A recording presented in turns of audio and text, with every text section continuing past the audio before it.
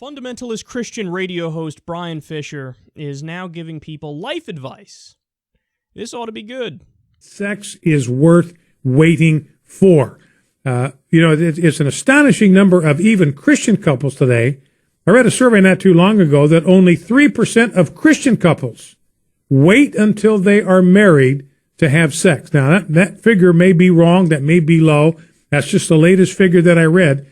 But it indicates clearly that even among Christian couples who should know better and should understand that God's purpose is to wait, postpone sexual engagement until you're actually married, many are coloring outside the lines. And when we do this, here's the reason it's a problem, is when an engaged couple has sex before they are married, it gives legal ground to Satan. It gives him some turf. It gives him some space. It gives him some part of that relationship over which he has control.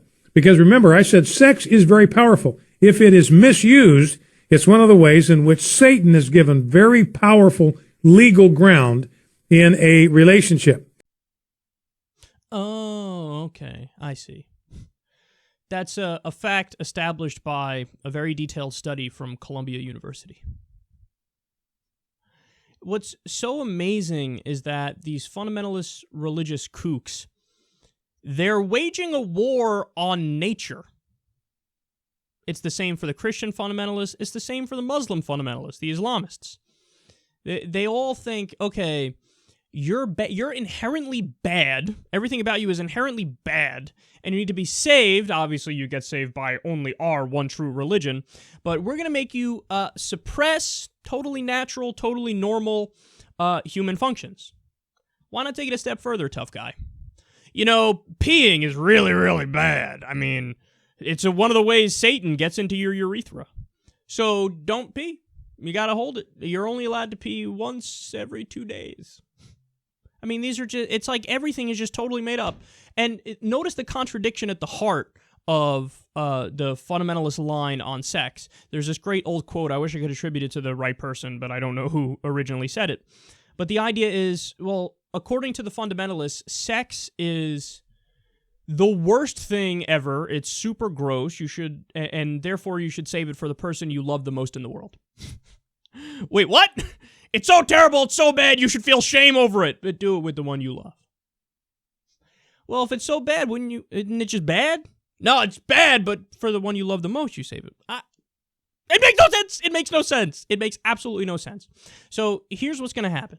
Secularists, liberals, progressives, atheists, agnostics, we're all going to be on the side of being a human being and enjoying your life.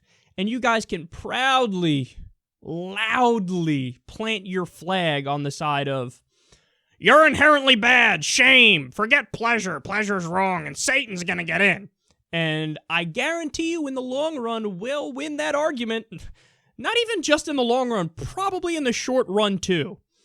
Because when you use arguments like, premarital sex gives turf to Satan, I think almost everybody goes, come again? And not the good kind of come. The other kind of come again? Satan? This guy really, like, there's a fucking guy with the fucking horns and the red face and the pitchfork. I care about whether or not you have sex. Well, you know, that dude doesn't have other stuff to do. I always say this about God, too. They act like God cares about your fucking pee-pee parts. Shouldn't he be more concerned with the kids that have leukemia?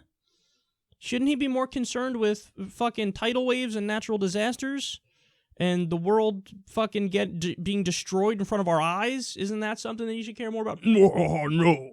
Tell me about your penis and your vagina.